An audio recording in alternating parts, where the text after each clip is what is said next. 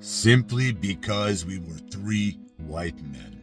Unfortunately, I invested heavily in this country during COVID, but I invested in a business that I had a lot of passion and understanding for, but it was a big venture type game business that I got involved in. And all the stress and the money and the time aside, one of the things I learned is how racist Western society is, especially to white men. And in this business, it was three white men.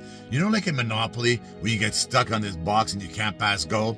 Well, all these corporations and these governments that are in bed together, that governments give each other subsidies and greasing handshakes, well, they have all these rules and regulations. And one of them that you can't pass go is that you have to meet these certain criteria. You know about all your DEIs and your affirmative actions in Western society, whether it's Canada and the US?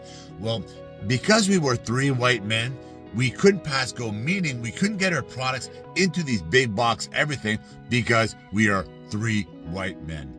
That took me back to a time back in the early 90s when I was an officer in a correctional institution, and there was a competition for a full-time position, and on the competition it said male candidates need not apply.